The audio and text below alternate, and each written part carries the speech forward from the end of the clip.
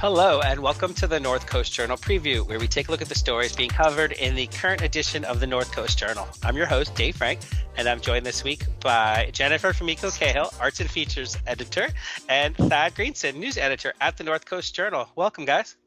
Hey, Dave. How you doing? I had to smile when I said that because we're mixing it up. We've got a good reason to mix it up this week. Lots of Arts and Features beat content this week. So let's just dive right in. Jen, why don't you tell us what is on the cover of this week's North Coast Journal? Honestly, a stunning amount of good news. We're all uncomfortable with it. First of all, let me just get the elephant burger in the room. It's Burger Week.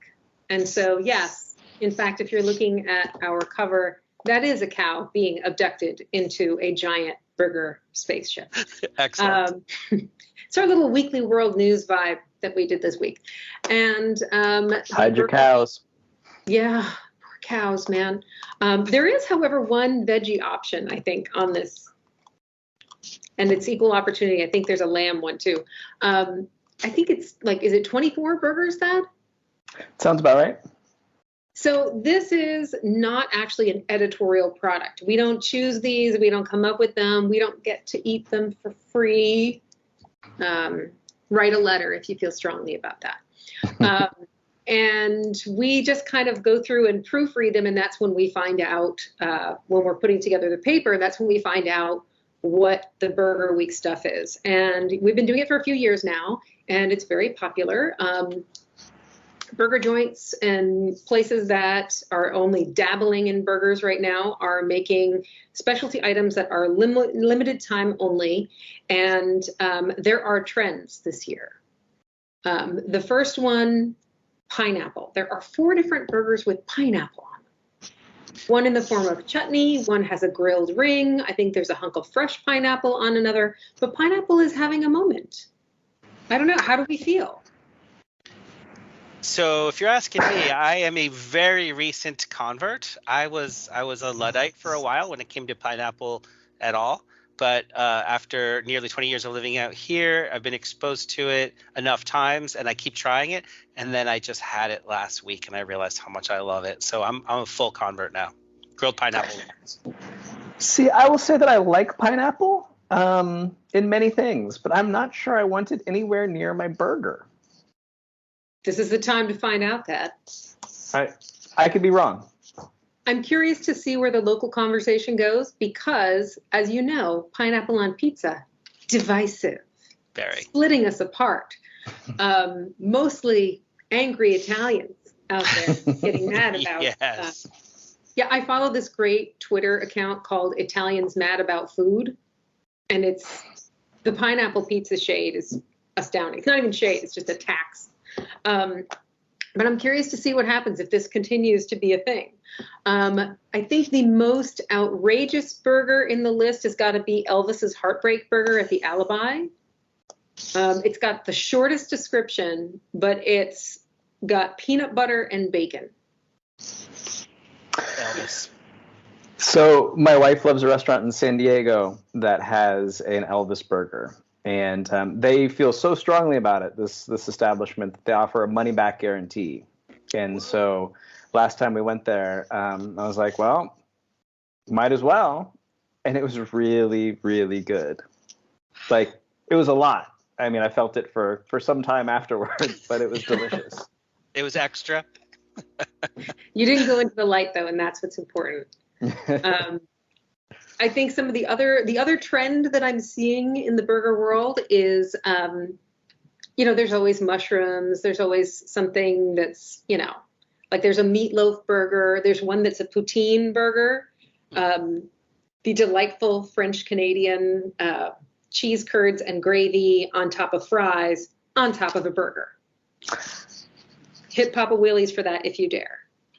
I think I'll be there. Yeah. And then, but there is also the trend, I think there's like Like the Jam and Plaza and a couple other places did burgers that are just like a classic burger, like some bacon, some cheese. There's one at Opera Alley that's got like pimento cheese for that good Midwestern 70s vibe. But like just basic like cheeseburger with bacon. There are a couple of classics in there, which is a nice option for you all to have.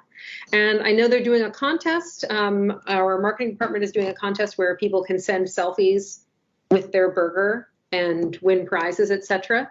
So you should probably look into that. Plan your assault on Burger Week. And, I'm a fan mostly because it tends to bring people out to restaurants that they might not have gone to or that they've gotten out of the habit of going to. And, our restaurants need love. And now that they have free reign to price the burgers however they want, it's not as much of a burden on them. And just read the suggestions for how to behave yourself. And I wish you all good luck and maybe, yeah. Are you not going to talk about the Luther? We're not going to address that? I didn't want to derail us. I mean, how much time do we have?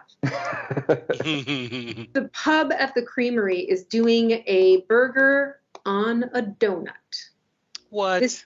Yes, it is not the same as the Paula Deen Ladies Lunch burger, which she stole from someone anyway. But because that was like 2 Krispy Kreme donuts. This is 1 donut sliced and grilled.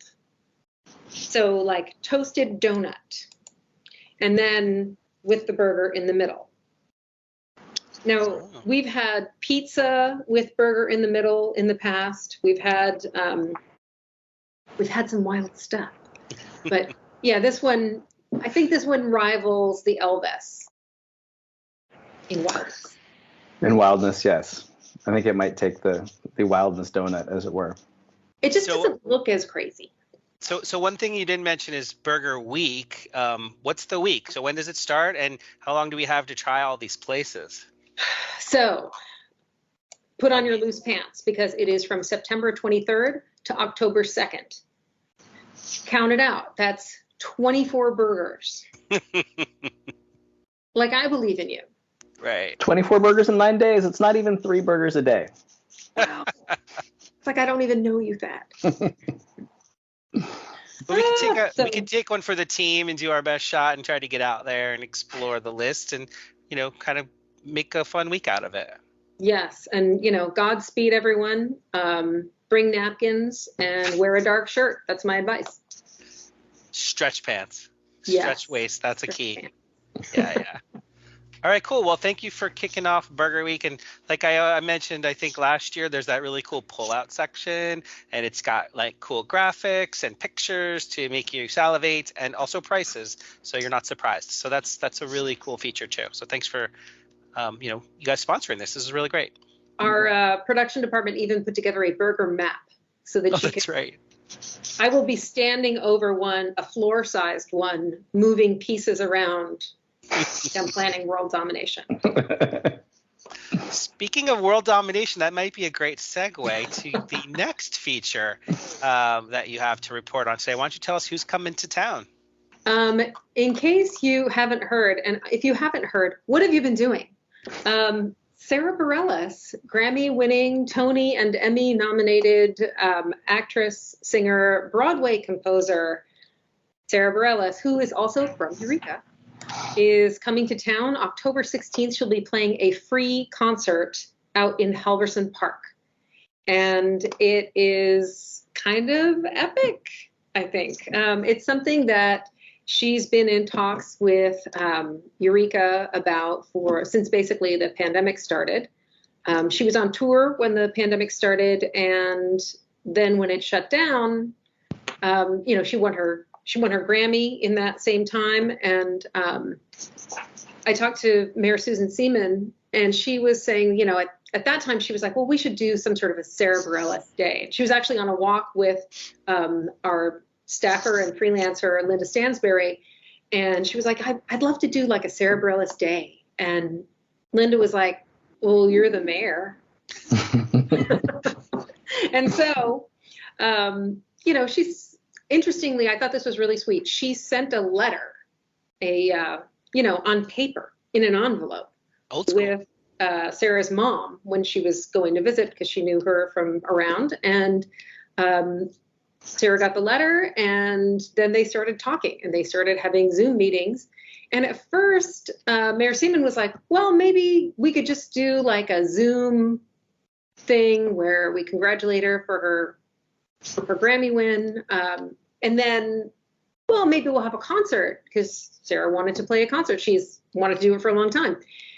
And she was like, yeah, we'll get like a little stage, we'll get a piano. And she was not ready for what is actually happening. But over the course of 2 years of planning and brainstorming and everything else, Live Nation, which produces massive world-class concerts everywhere, is going to be producing the whole event. There's going to be a giant stage, the sort of world-class sound and setups, and trailers are coming, and all that stuff. And it's going to be a pretty big deal over in Halverson Park. How much is this going to cost, you ask? A free concert, is it really free? The city of Eureka is actually only going to be putting in a piddly $25,000. I say piddly because the rest of it is going to be probably around $175,000. And that is Sara Bareilles is springing for. Nice. Eureka is going to be providing all sorts of other staffing help and permitting and all that other stuff. And EPD, of course, is going to need to bump up security outside of the venue. But the bulk of the cost is going to be borne by Bareilles. And this was really interesting to us, too. And anyway, I got to speak with her while she was out of her usual home in New York City. She was in Vancouver, and I got to talk to her on the phone about her career, about her time in growing up in Humboldt County. And it was really interesting to me, partly because she does really connect. She does not feel like a person who happens to come from Humboldt County and she's gone on and had this career. She really feels that her upbringing here has made her the writer and the musician and the performer and the person that she is. We talked a little bit about how her career has been a bit unconventional. She went into music and then, had some pop chart success, and then was like over to Broadway. And now she's in a TV show.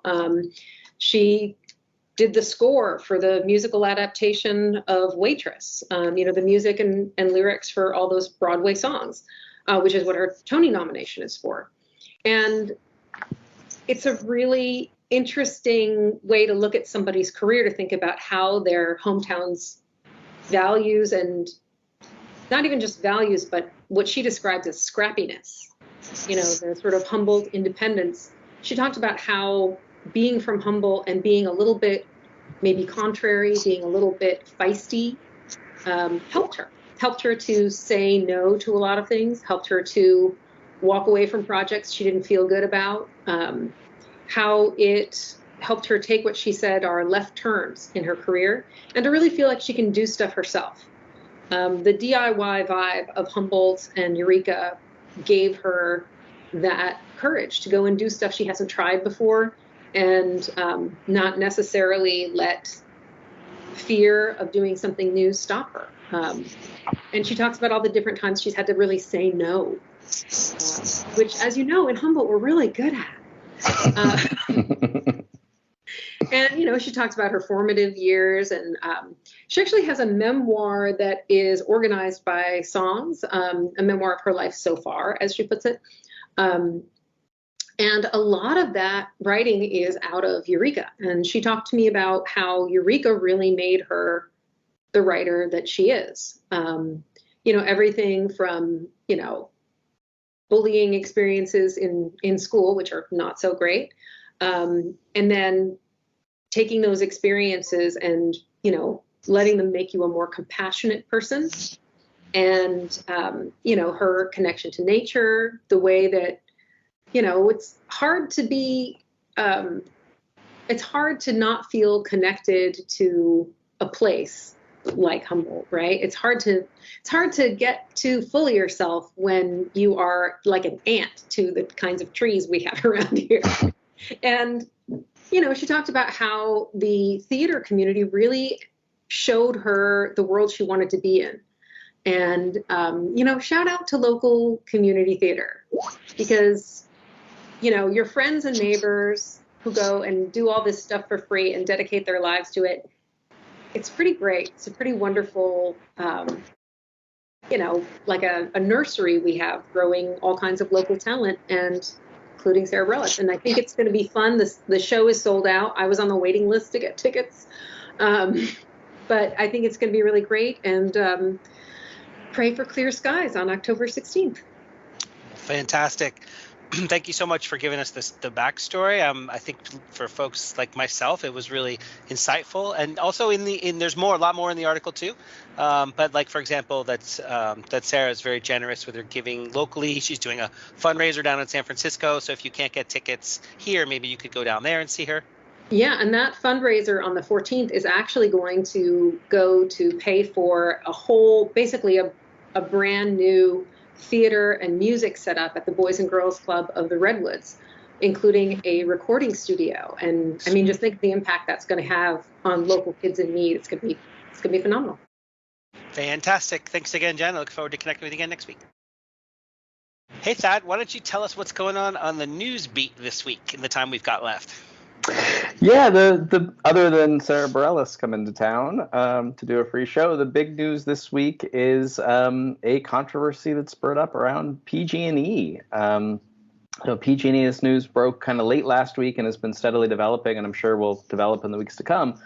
But the cities of Fortuna and Rio Dell were kind of the first to raise the alarm bells, saying that the utility had informed them essentially that they had very limited capacity, and they were going to be limited in what new residential and commercial electrical hookups they would be able to supply. And for Fortuna specifically, Fortuna has big plans to both build a new police department, do massive upgrades to its wastewater system, develop an old mill site into a kind of business district, and kind of all of a sudden, as well as to meet, state mandated housing goals with new residential construction.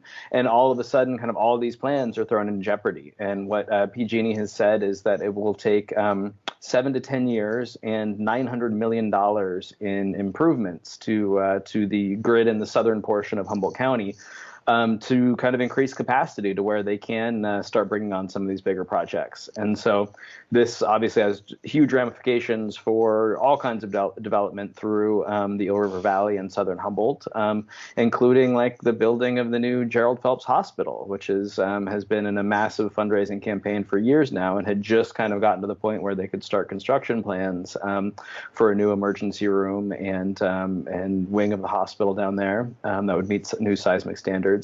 So kind of everybody is up in arms and looking for answers from the utility about this, including first and second district supervisors Rex Bone and Michelle Bushnell, respectively, and then, like I said, the cities of Rio Dell and Fortuna and areas of southern Humboldt. And so far, there haven't really been any answers as far as why all of a sudden this is coming as a surprise when all of these development projects have been years in the making.